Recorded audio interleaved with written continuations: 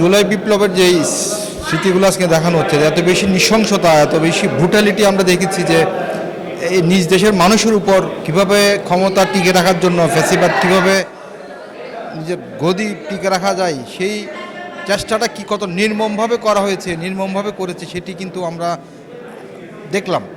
আমাদের সাংবাদিকদের তোলা বিভিন্ন ছবি নিয়ে আজকের এই প্রদর্শনীতে কিছু অংশ মাত্র উপস্থাপিত হয়েছে।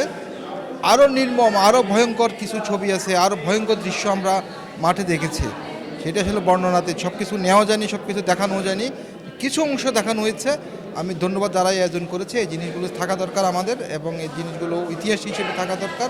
মানুষ যাতে বুঝতে পারে অনেক দিন পরে, অনেক বছর পরে, অনেক যুগ পরে যাতে মানুষের কাছে স্মৃতিগুলো থেকে যায় যে গণতন্ত্রের জন্য, মুক্তির জন্য দেশের তরুণ সমাজ, দেশের ছাত্র সমাজ কীভাবে নিজেকে উৎসর্গ করেছে।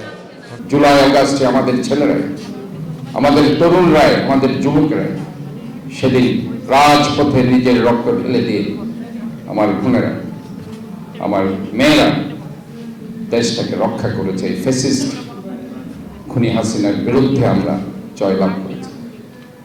আজকে জয়লাভ করা কিংবা যুদ্ধে জয়লাভ করা বড় কথা নয়, সেটাকে ধরে রাখাই হচ্ছে সবচেয়ে কঠিন কাজ। এই ধরে রাখার জন্য আমাদের ঐক্যের কোনো বিকল্প নেই। আজকে বিভিন্নমুখী ষড়যন্ত্র হবে, বাস আমাদের খেয়াল রাখতে হবে আমাদের এই বিজয়টাকে পিছনের কোন ষড়যন্ত্রের মাধ্যমে কেউ যাতে নস্যাৎ করতে না পারে। এই জন্য আমাদের একটা জাতীয় ঐক্যের প্রয়োজন আছে আমরা মনে করি।